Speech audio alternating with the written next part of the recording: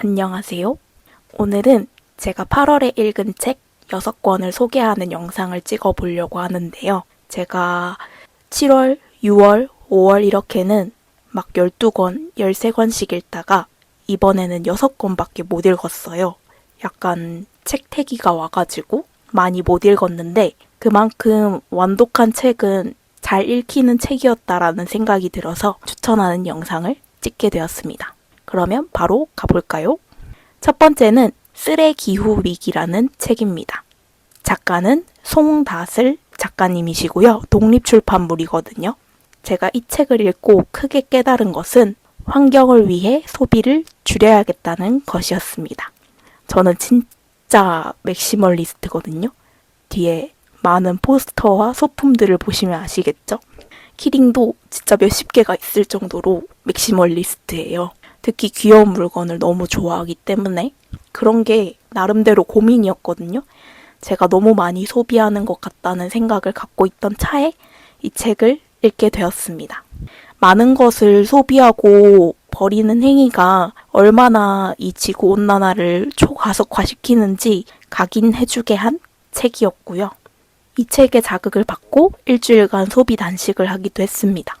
저자는 학생 때 본인의 학교에서 나오는 엄청난 양의 쓰레기를 보고 충격을 받았고 또 생각보다 사람들이 분리수거를 많이 제대로 하지 않는다는 사실에 굉장히 충격을 받고 본인이 자진해서 쓰레기를 분류하는 활동을 하기도 했어요.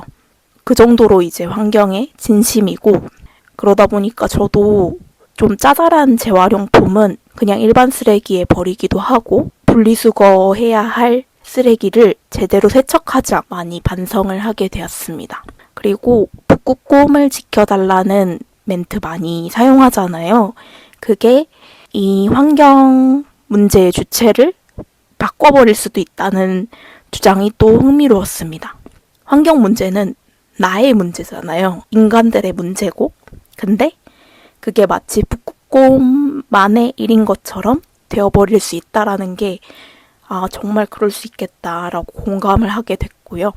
좋은 책은 사람을 변화시킨다고 생각하는데 이 책을 읽고 제가 생각하고 실천한 게 많았기 때문에 좋은 책이었다고 생각을 합니다. 저는 부산의 나락서점이라는 독립서점에서 구입을 했어요. 다음으로는 서수진 작가님의 다정한 이웃이라는 책입니다. 이 책은 한 편의 넷플릭스 드라마를 보는 기분이었고요. 책이 그렇게 두껍진 않거든요. 근데 정말 사건으로 가득가득 채워진 책입니다. 주요 인물이 8명이나 되고 그 중에 4명, 각 부부의 아내를 중심으로 사건이 전개되는데 인물이 많으면 솔직히 집중하기가 좀 어렵잖아요. 근데 이 책은 전혀 그렇지가 않습니다. 몰입해서 읽을 수 있고요. 약간 영화 완벽한 타임이 생각나는 책이었습니다. 너무나 행복해 보이고 사랑이 넘치는 부부 같아 보이는데 그 실상을 들여다보면 파국이었다는 이야기입니다. 정말 상상 초월로 망가지고요. 이 4명의 남편은 다들 뭔가에 중독이 되어 있어요. 도박, 섹스, 바람, 마약. 분명히 서사가 막장이거든요. 근데 문장이 섬세해서 그런지 이상하게 고상한 느낌도 나는 흥미진진한 책이었습니다. 다음은 문미순 작가님의 우리가 겨울을 지나온 방식입니다. 김겨울 작가님이 추천해주신 책인데 손에서 책을 뗄 수가 없다라는 엄청난 평을 하셔서 읽어보게 된 책입니다. 읽어본 결과 정말 그렇더라고요. 정말 손에서 뗄 수가 없고요. 돌봄 노동이라는 무거운 주제를 마냥 무겁지 않게 잘 전달한 작품이라고 생각했습니다. 요즘 돌봄 노동에 대한 문제가 문학계에서는 많이 쓰여지고 있는 것 같아요. 주인공은 치매인 어머니를 돌보다가 어머니가 돌아가신 후에 어머니의 연금을 받기 위해서 어머니의 죽음을 숨기는 인물입니다. 주인공은 젊었을 때 일을 하다가 발을 다쳐서 오래 서 있을 수가 없어요. 근데 정확한 병명을 특정할 수 없다는 이유로 기초수급자로 지정되지도 못하고 그렇다고 일을 하기도 힘든 상황입니다. 그런 와중에 어머니를 돌봤으니까 정말 힘들었겠죠. 그런데 어머니가 돌아가시고 나서 통장에 들어온 연금을 보고 이거라도 막 쓰고 죽고 싶다는 생각을 합니다. 그런 주인공이 옆집에 아버지를 돌보고 있는 남자를 만나게 되면서 벌어지는 이야기인데요. 소설적으로도 재미가 있고 돌봄 노동을 겪어보지 못한 저도 정말 이 문제가 가벼운 사안이 아니구나 깊이 공감할 수 있는 그런 책이었던 것 같아요. 보통 자기가 직접 경험해보지 못한 것에 대해서는 공감하기가 힘든 게 사실이잖아요. 그런 부분을 소설이 공감할 수 있도록 하는 역할을 하고 있다고 생각하는데 그 역할을 충실하게 한 소설책이라고 생각을 했습니다. 그래서 한번 읽어보시는 걸 추천드리고 굉장히 술술 잘 읽히기 때문에 금방 완독하실 수 있을 거라고 생각합니다. 다음으로는 이주란 작가님의 좋아 보여서 다행이라는 책인데요. 좋아 보여서 다행이다 라는 말이 절로 나오는 책이었고요. 소설은 아무래도 갈등이 많이 나오고 그 갈등 서사를 풀어내는 구조가 많잖아요. 근데 이 책은 그런 게 없습니다. 갈등이 있기는 한데 그 갈등을 푸는 게 주 서사가 아니고요. 어떤 일련의 사건을 겪고 많이 힘들었던 주인공이 이제는 괜찮아졌고 괜찮아지고 있는 그런 모습을 그린 소설입니다. 그리고 소설이 분량이 짧아요. 짧은 소설을 이렇게 묶은 소설집이고요. 갈등이 없는데 무슨 재미로 읽냐고 하시면 저는 갈등을 싫어하는 사람이라서 그런지 이 책이 좋았습니다. 이주란 작가님의 한 사람을 위한 마음이라는 책이 있거든요. 그 책이 유명한데 상처가 깊어서 자꾸만 같은 말과 생각을 반복하게 되는 사람의 이야기였다면 좋아 보여서 다행은 그 시간을 지나고 괜찮아진 사람의 이야기라고 할 수 있을 것 같아요.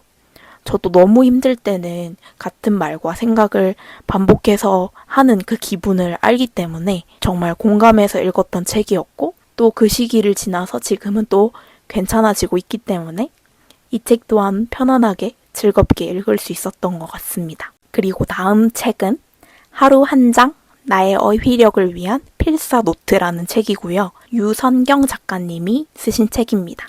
이 책은 말 그대로 필사책인데요. 제가 필사책을 처음 사봤는데 정말 잘 썼고 정말 추천드리고 싶은 책이었어요. 보통 필사를 하는 이유는 문장력을 그리고 어휘력을 기르기 위함과 그 문장을 더 깊게 마음에 새기기 위함이잖아요. 그 두 가지 기능을 아주 충실하게 할 수 있는 책이었고요. 저는 정말 도움을 많이 받았다고 생각합니다. 세상에 책이 너무 많잖아요. 사실 죽을 때까지 다 못 읽잖아요. 근데 좋은 책들의 좋은 내용을 쏙쏙 뽑아서 정리해둔 책이라 정말 엑기스 같은 책이었다고 생각을 하고요. 여기에 이제 필사했던 것 중에 마음에 드는 책은 나중에 따로 사서 읽어볼 수도 있겠다는 생각을 했습니다. 그래서 너무 제가 잘 써가지고 새로 한 권 또 샀거든요. 그래서 여러분들께도 이 필사책을 추천해드리고 싶고요. 요런 책이거든요.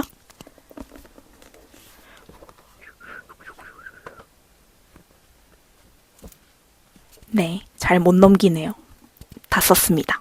그리고 마지막 책은 황정은 작가님의 연년세세라는 소설인데요. 연작 소설이고 황정은 작가님은 작가들의 작가로 불리우시는 분이죠.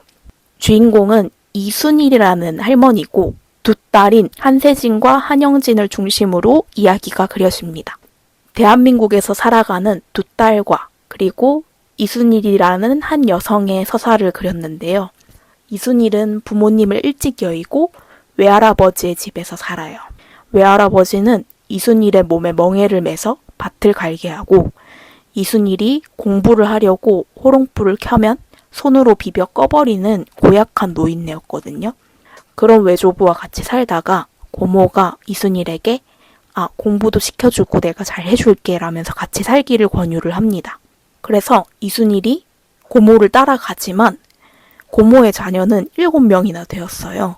그래서 이순일은 본인까지 총 10사람의 살림을 도맡아서 하게 됩니다. 그러다가 힘들어서 도망치듯 이제 결혼을 하게 되거든요. 이순일의 삶에는 용서할 수 없는 사람이 너무 많아요. 할아버지, 고모 말고도 또 있습니다. 그런데 이순일은 그거에 대해 누구에게도 말하지 않아요. 왜냐하면 용서할 수 없기 때문에 말하지 않는 것이다 라고 합니다. 상대방에게 사과를 듣고 싶지도 않고 용서를 할 생각도 없기 때문에 그 누구에게도 말하지 않는 사실이 있다라는 것이죠. 그리고 그 마음은 딸 한영진에게도 이어지는데요. 이순일은 한영진이 자신을 용서할 수 없기 때문에 말하지 않는 것이 있다는 걸 알아요. 그리고 이순일도 그거에 대해서 말하지 않고요.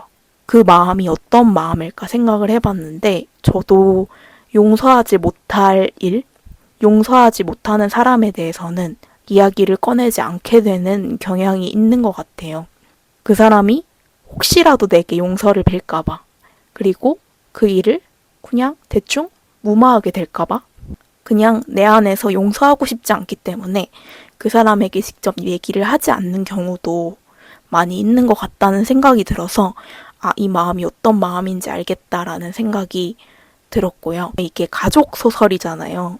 제목이 이제 연년세세인데 연년세세는 대대손손이랑 비슷한 말이지만 작가님이 인터뷰에서 대대손손은 수직적인 느낌을 주는 단어인 반면에 연년세세는 좀 수평적인 느낌을 준다라는 말씀을 하시면서 이 단어가 마음에 든다고 하시더라고요. 저도 생각을 해보니까 대대손손보다는 연년세세가 더 마음에 들더라고요. 그래서 이 책 제목도 마음에 들었고 가족이라고 해서 모든 걸 용서할 수는 없는 것 같아요. 그게 사랑하지 않음과는 다른 이야기인 것 같아요. 그래서 한편으론 많이 공감이 됐고 가족이란 게 무엇일까 생각을 해보게 된 그런 소설이었습니다. 오늘은 이렇게 6권을 소개를 했고요. 다음 달에도 좋은 책들을 소개할 수 있으면 좋겠다는 생각이 드네요. 그러면 오늘은 여기까지입니다. 안녕.